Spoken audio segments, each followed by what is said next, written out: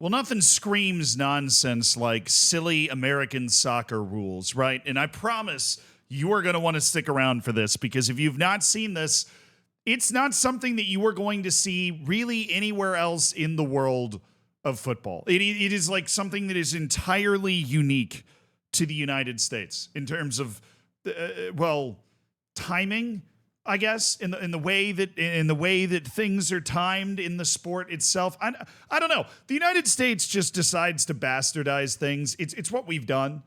The United States does it with Italian food, with Chinese food, with Indian food, with any other type of food that you can think of. It bastardizes it. It makes it its own. It makes it sometimes better, sometimes worse, definitely more unhealthy, right? Like that is the trajectory that we are going to be traveling. And soccer is no different. Okay, soccer ends up in the United States and it gets bastardized, right? It ends up in the United States and it gets contorted into something that feels mildly more American. This also has to do with one of the craziest goals you will ever see. I promise. I've made some very interesting videos on the main YouTube channel and maybe talked about it on this channel a little bit as well about how important college soccer was to the development of soccer more broadly in the United States. And that's because for a very long time, the highest level of soccer you could play in the U.S.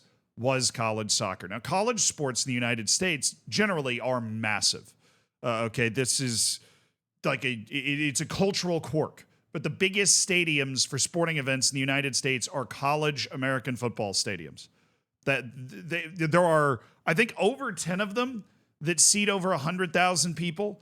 And these are for universities and colleges all over the country. Now, the U.S. obviously has a ton of these. We have a bunch of different states. Everybody has their kind of pride in their different states. I went to the University of Virginia, right? So I root for the University of Virginia when it comes to different sports, whether it be college basketball or college football or college tiddlywinks. I don't give a shit. I want the University of Virginia to win. I want Central Virginia to rep. I want it to go super well, right? And my various members of my family have been to different schools, right? And I root for those schools too, right? It's something that is super hardwired and ingrained. And why not have more teams to be a huge fan of and to root for? But one of the overlooked college sports, because there are a lot of college sports. I joked about tiddlywinks. I don't think that's one, but I mean, they have college bowling, college wrestling, college field hockey, lacrosse, swimming, volleyball, right? Like there are all these sorts of college sports in the United States.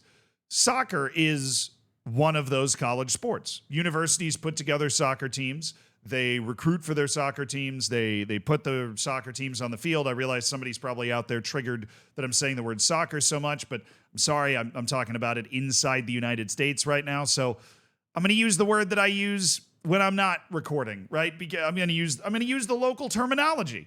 That's just the respectful thing to do. So before you get too absolutely heated about it, I do say the word football a lot when I'm talking about it in all of the places that would refer to it as, football. So I that's my personal philosophy and my approach. But if you ever wondered what I say in the privacy of my own home, it's always soccer. I say soccer every single time. If I'm talking to any of my friends, what do I make videos about? Soccer.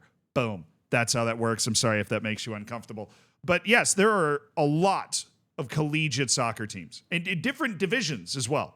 There are more women's teams because of a law that mandates that you have the same number of women, female and male athletes at each school.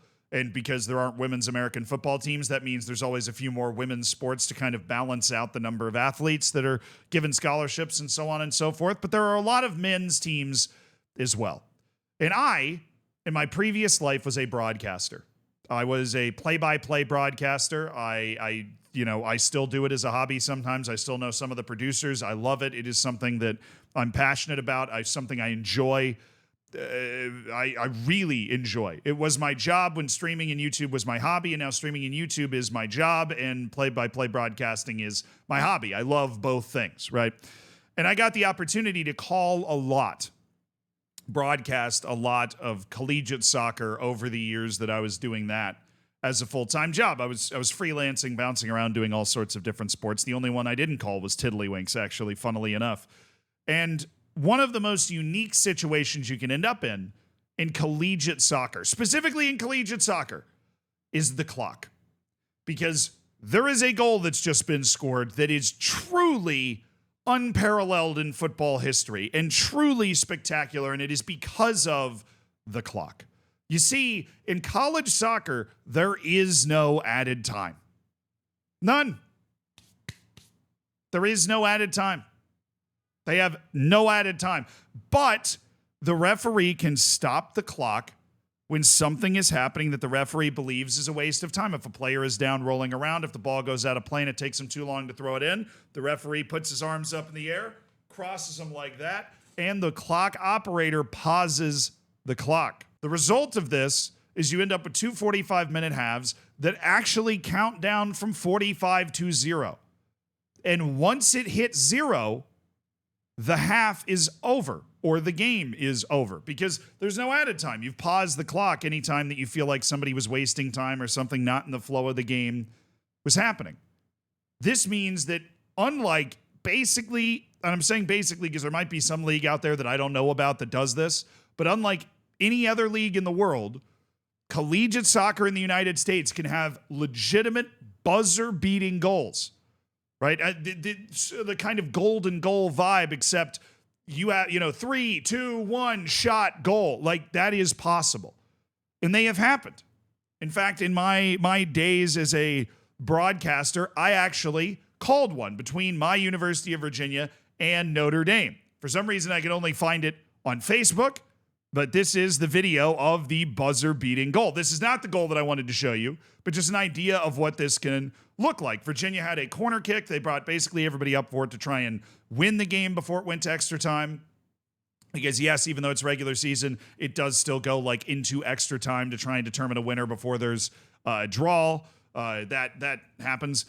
Fun, right? But Virginia basically gets caught up, and you can see the clock here. There's 11 seconds left. That clock is literally counting to 0. And if the ball is not in the net before it hits 0, that's it. Helped clear his lines, and now Rue. Oh, it's on! He's onside with 9 seconds. KK ball for the freshman to win the game. It's a walk-off winner for Notre Dame. KK Buffer, the freshman. Do you believe that? And so, I mean, there's a couple thousand people at this game. There's like a stand underneath where the camera is, but you can see how uniquely hype this is. Like, all of a sudden, you just realize, dude, game's over, right? Like, it's hanging on a knife's edge. And it does kind of feel like that golden goal, but there's a specific countdown to it. It is a buzzer-beating goal. 3 seconds left. Virginia's not going to be able to do anything. They're not going to be able to do anything unless they just take a shot from the parking lot. Well, that's what brings us to the goal that I wanted to show you today. Now that you understand all of the context and everything, this is a game, strangely enough, between one of the same teams you just saw in that last clip, Notre Dame, and a school called Stanford. They both play in the same conference, the ACC, and they're playing against each other in men's soccer, and this match is tied at 2 with about 6 seconds left. And that is when the center back for Stanford makes a decision that, I'm just happy he made. Ferguson draws love. Also, as you're watching this, just appreciate the announcer. I don't know if he died. Hopefully he didn't. If he did, hopefully somebody resuscitated him, because you'll see what I'm talking about. But this, with 5 seconds left on the clock, in all its glory. Here's a Hail Mary of a shot that... Oh!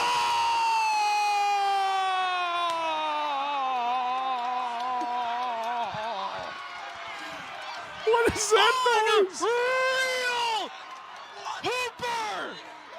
You can see it's off the kickoff there too, right? Like, it's off the kickoff, and this game's been tied up, and this is the situation that Virginia was going to be in after that goal that I had just shown you. He lines it up and just sends it. Boom. From beyond the center circle. Now, don't worry, I'm not going to ignore it. This is one of the worst goalkeeping gaffes I've ever seen. And you can see as the play happens, the goalkeeper legitimately believes, based off the angle of this ball, that it's going to land in the top netting. And this is why going through the motions is so freaking dangerous here. Because, yeah, this is a terrible goalkeeping mistake, right? That... But every time I hear that noise. But he literally thinks he's just going to escort the ball, as you've seen goalkeepers do so many times before, just make sure that it kind of goes over the goal. But it is coming in at such a severe downward angle that it manages to fit through his arms. Like, he just basically didn't get himself close enough to the crossbar. He left enough space between his arms and the crossbar for this ball to just sneak through and go straight in. This is why you always got to take the shot. This is why you always got to take the shot. And if you're Notre Dame and you just scored to make this match 2-2 with less than a minute to go, and you're going absolutely crazy, and you're number 25 here watching your goalkeeper make the stupidest play maybe anybody's ever seen, I can't even imagine what's going through your mind. The level of frustration, the level of irritation, the level of unambiguous hatred for everything and everyone that's just happened here. I don't even know.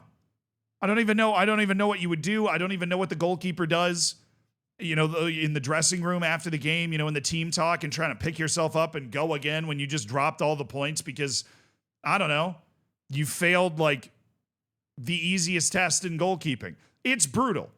But even more than it being brutal, it is awesome. Because every once in a blue moon, somebody scores a goal that's so preposterous and so ridiculous you can hardly believe that it happened. But to do it with 1 second left on the clock, literally 1 second. This ball's in the air for 1 second more. This goal doesn't count. We're going to a review and we're going to overtime. 1 second. Legendary goal by this guy. Legendary goal. And, payback, obviously, because Notre Dame scored it against my team when I was calling that. They deserved a buzzer-beating goal against them at some point, and they got it. I just love this shot. You see the goalkeeper just staring at the pole, knowing that eventually, at some point, he's going to have to turn around and face what's just happened. But as long as he's standing here holding on to this sweet pole, he doesn't have to fully bask in what has just taken place.